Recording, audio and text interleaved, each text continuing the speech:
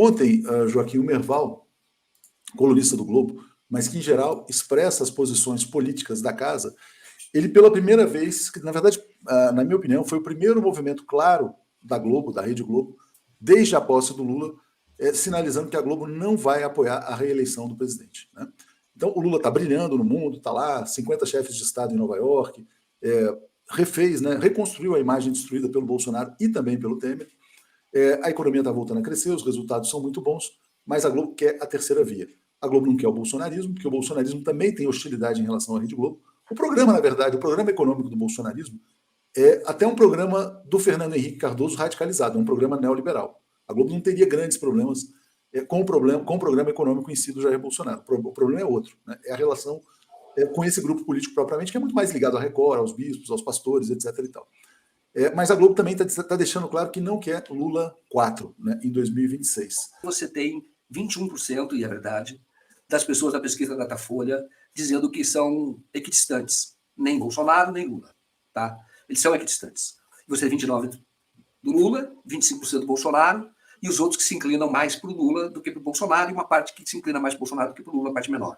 Então ele está dizendo assim, temos 21%, vamos fazer um novo candidato aí. E você sabe qual é o erro do Merval e desses analistas, jornalistas e da própria setores da elite brasileira de tentar igualar o Lula ao Bolsonaro? É isso que eles perdem e não conseguem entender. A disputa no Brasil, a polarização no Brasil é entre ciência e ignorância. É entre democracia e golpismo. É entre civilização e barbárie. Como você quiser. Essa é a polarização. Do lado da civilização, existe um líder, que é o Lula. Não dá para equiparar o Bolsonaro. Na verdade, ele é todo o oposto no sentido de que aqui está a civilização. Então, o que eles querem é criar um líder que já é o Lula. Por isso que esses 21%, embora não digam que não tem o Lula como líder, eles vão para o Lula naturalmente, porque o Lula lidera o movimento de civilização. É isso que acontece. Só que eles não são declarados, eles não são mais entusiasmados como os outros 29%. Então eles ficam tentando, agora vai o Ciro. Lá atrás fala, agora vai o Aécio. O Aécio veio antes, mas hoje eles estão tentando ressuscitar o Aécio. Eles tentam um nome qualquer que seja, Simone Tebet, um nome qualquer, mas não vai conseguir. Por que não vai conseguir? Pela mesma razão que fez com que o PSDB acabasse. E que o que sobrasse do PSDB fosse linha auxiliar do bolsonarismo de alguma maneira, o Cidadania também, aquela turminha lá, que vai pelo... Por que isso? Porque o Lula pegou as bandeiras, e não é que ele pegou porque ele usurpou, porque o movimento dele é isso. O Lula é o grande líder de uma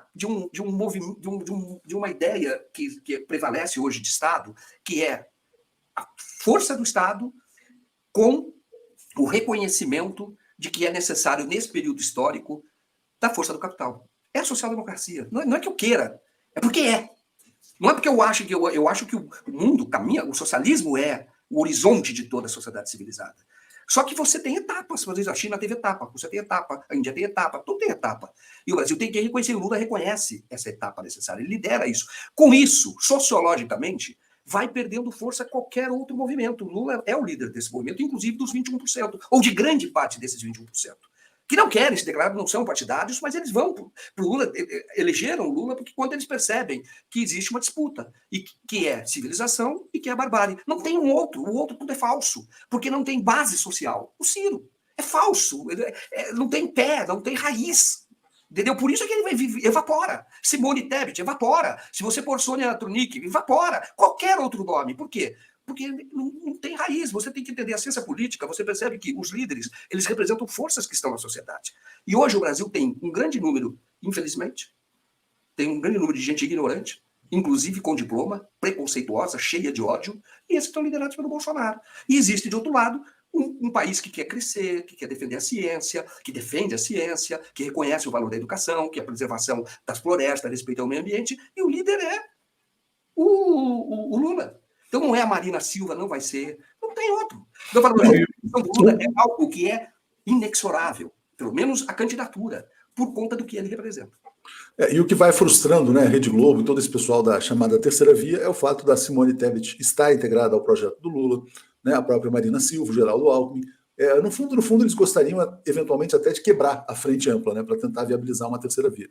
Mas, aparentemente, o Lula está tendo muita habilidade para segurar, vamos dizer assim, a cola dessa frente ampla. E, aliás, outra coisa que acontece, Joaquim, nesse projeto de coalizão para buscar a social-democracia nesse momento, é a necessidade de fazer concessões, quer dizer, como ele fez nesses ministérios, esporte e tal.